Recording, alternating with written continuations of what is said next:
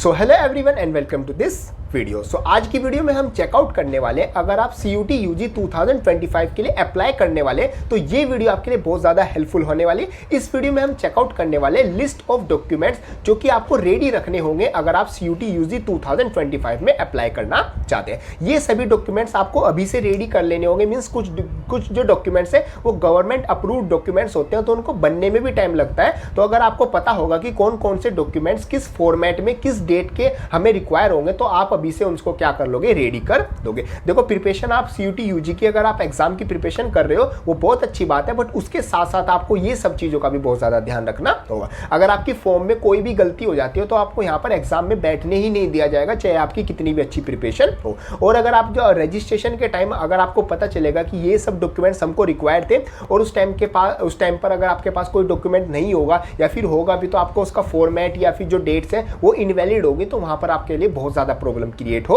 जाएगी। तो ये सब चीजें प्रिपरेशन आपकी चलती रहेगी। ये जो सारी चीजें जो साथ में रिक्वायर होती है ये सब चीजें भी आपको पता होनी चाहिए। इस वीडियो में मैं बिल्कुल डिटेल में कौन सा डॉक्यूमेंट, उसका साइज कितना रहने वाला है, उसका फॉर्मेट क्या रहने वाला है, वो सब कुछ मैं आपको बिल्कुल अच्छे से बताने वाला हूँ। बाकी इस चैनल पर आपको CUT UG से रिलेटेड काफी हेल्पफुल वीडियो मिलने वाली है। मीन्स रजिस्ट्रेशन से लेके आपको अप्लाई किस तरीके से करना है, प्रिपरेशन किस तरीके से करनी है, कौन सी बुक्स आपको पढ़नी है और किस तरीके से आप क्या कर सकते हो, स्ट्रेटेजिकली प्लान कर सकते हो अपना CUT UG एग्जाम के लिए, ताकि आप इंडिया की जो टॉप सेंट्रल यूनिवर्सिटीज है वहां पर अपना जो एडमिशन है वो कंफर्म कर सको। वो सब कुछ मैं आपको वीडियो यहाँ पर इस चैनल पर प्रोवाइड कराता हूँ। तो चैनल को सब्सक्राइब करके एंड यस इंस्टाग्राम पर भी आप जरूर फॉलो अप कर देना। सो शुरू करते हैं अपना की list of documents required for the CUT UG 2025। So hello everyone, my name is Gaurav. I hope you all are doing well.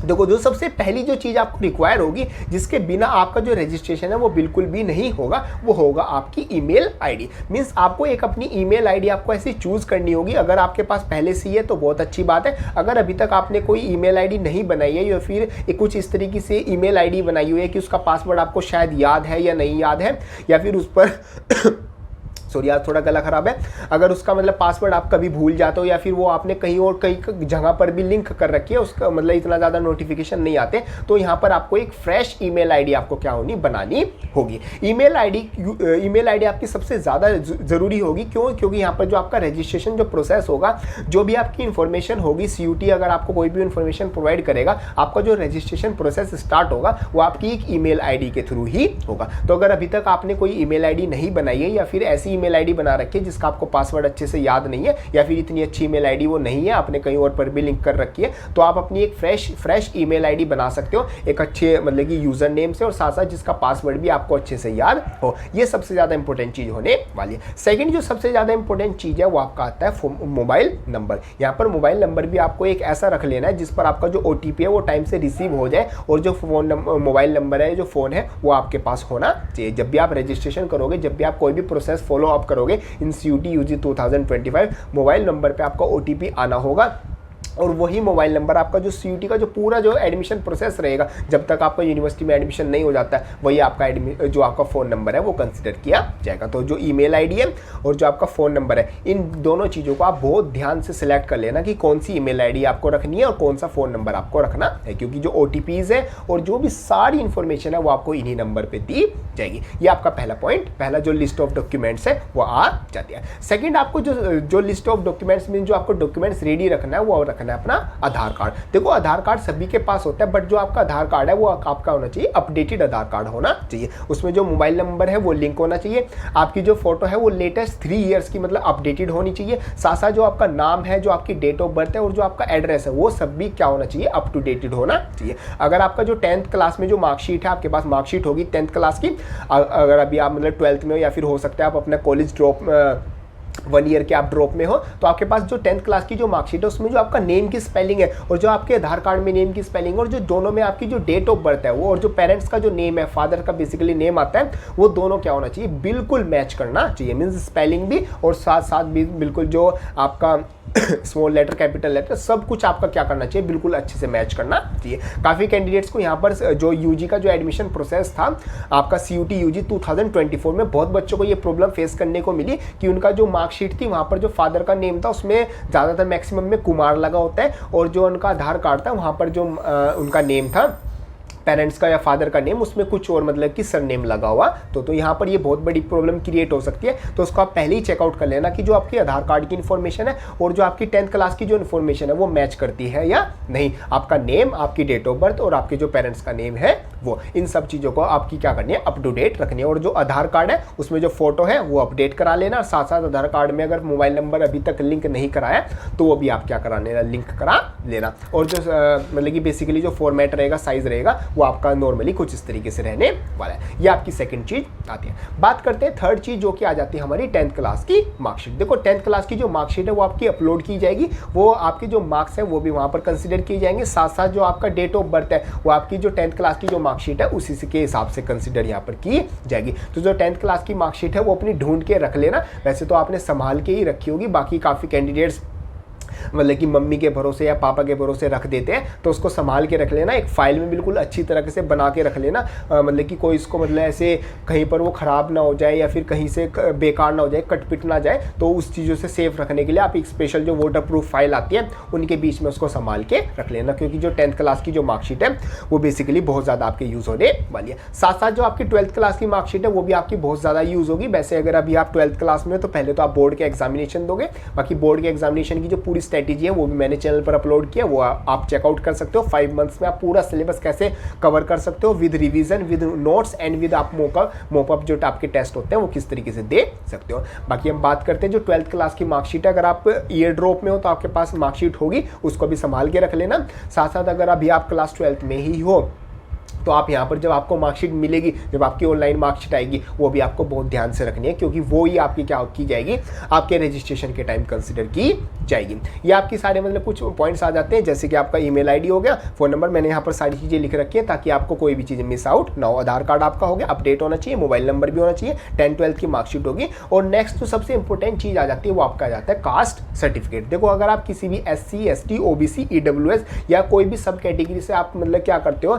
Belong करते हो और आप अप्लाई करना चाहते हो इनके थ्रू, तो आपके पास जो कास्ट सर्टिफिकेट होना चाहिए वो भी अप टू डेट होना चाहिए। और यहाँ पर जो स्टूडेंट सबसे बड़ी गलती करते हैं, जिसकी वजह से जो उनका एडमिशन है वो इनवैलिड हो जाता है, मींस कंसीडर नहीं किए जाते वो कैटेगरी में, वो आपका आ जाता है जो आपका फॉर्मेट आ जाता है कास्ट सर्टिफिकेट का, और साथ साथ जो लेवल आ जाता है। देखो अगर आप किसी सेंट्रल लेवल की यूनिवर्सिटी में अप्लाई कर रहे हो तो वहाँ पर आपका जो कास्ट सर्टिफिकेट लगेगा वो भी सेंट्रल लेवल का ही लगने वाला है। जैसे SC ST के लिए भी सेंट्रल लेवल होता है, OBC और EWS के लिए जो आपका सर्टिफिकेट बनता है वो भी आपका सेंट्रल लेवल का अलग से बनता है। तो आप चेकआउट कर लेना कि आपके पास जो अभी कैटेगरी मतलब जो आपकी कास्ट का जो सर्टिफिकेट है वहाँ पर अगर आपका जो गवर्नमेंट ऑफ इंडिया मीन्स जब आपका सारा कुछ लिखा है कि आपका दिस मिस्टर मिसेज आपका नाम आता है और पूरा लिखा रहता है कि सिटीजन ऑफ इंडिया, अगर वहाँ पर इंडिया लिखा हुआ है, अगर वहाँ पर लिखा हुआ है कि स्टेट लिखा हुआ है तो स्टेट मतलब वो आपका स्टेट लेवल का है। बाकी मैं फॉर्मेट में यहाँ पर आप कुछ लगा दूंगा, इस तरीके से आपके सेंट्रल लेवल के होते हैं। बाकी अगर वहाँ पर आपको